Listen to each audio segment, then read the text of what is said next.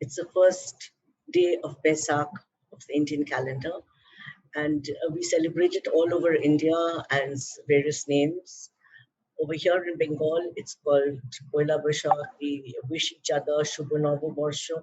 And also, Ramzan is following on the same day, so happy Ramzan to everyone out there. On this occasion, I wish everyone a year with hope, with health, and well, I guess goodness and prosperity for everyone. We have lost a lot, and some people have lost their livelihood. We intend to start a series of freewheeling conversations called Chit Chat. And these are going to be conversations, talks, sharing of experiences, personal spaces, places, traces, where people are going to share their experiences, plus, minus, positive, negative. And there's going to be a takeaway, there's going to be a keepsake, there's going to be some enjoyment, maybe merriment, but it's going to be a cozy, warm conversation. I start this series with my sari story.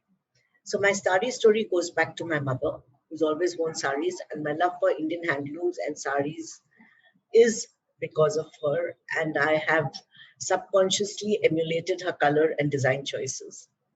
The photo you will see now, the picture, is a beautiful red Banarsi sari with gold, which is real.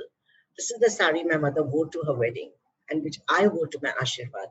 As you can see, there is a lot of commonality. We are said to be, alike in looks, and this sari makes it so special, the bond between us. It's a memory, and it's certainly a memory worth keeping forever. The story also now goes back to a story my mother had narrated to me. So when I was going through a bad phase in my life, it was a very down moment, and I was lost. So she narrated this story, which is kind of stuck on with me, and I think I turned to it in times of stress. And I think it has a lot of meaning for me because it's about Draupadi, the feisty woman of the Mahabharata, and she was married to 5 men, and that too, it was a predicament. And fortunately, unfortunately, they were the 5 most powerful and accomplished men of the kingdom, unusual for sure. And the story is about Draupadi being dragged into the darbar hall by Dushasana. He pulls her hair, and she's clutching onto a sari. It's tied in a knot because she's got her periods. And then Duryodhan begins the act of disrobing her. She's clutching onto her the sari, the knot, which is representative of the ego, the granthi. She appeals to everyone, her husbands, the wise Yudhishthir, the valiant Arjun, the strong Bhim, Nakul Sahadev, Dhritarashtra king, Gandhari, the queen, the woman, the fair one, Bhishma Pitame, Dronacharya, Kripacharya, but they all hang their heads and they are bound and beholden to honesty and the so-called virtues of keeping your word. In today's time, we see such incidents being repeated in series of rapes and gang rapes. And one wonders about the need to stick to your word for something as heinous and horrible as this event. So when it all comes to naught, Draupadi finally throws her hands up. She lets go of that knot on the sari. And she appeals to Krishna, her companion, her friend, her brother. And that's when Krishna comes down and the magic happens. Reams and reams of fabric come down and cover her. And she's saved from humiliation. And Duryodhan is absolutely helpless in his mission to humiliate the Pandavas through her.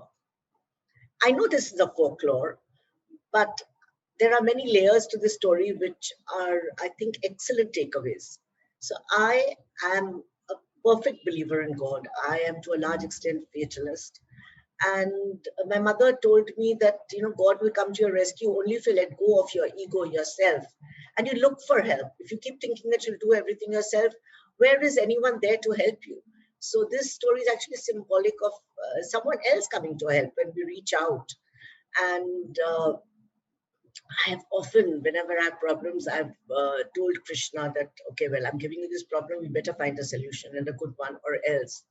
And I think it gives me some solace that I have left it to someone who's all powerful.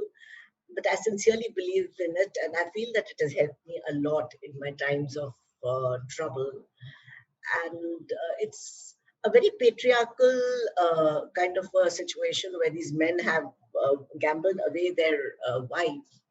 And I don't want it to be a man versus woman story.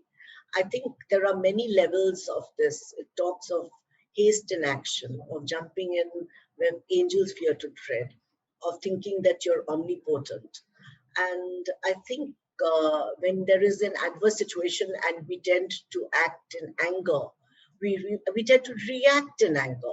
I think it's important to act with objectivity, to weigh the pros and cons, and then perform or not perform, do an act or stay away. So I think it is very important for us to act objectively, and also to kind of not think of ourselves and to think of problems in a more objective and worldwide and universal manner.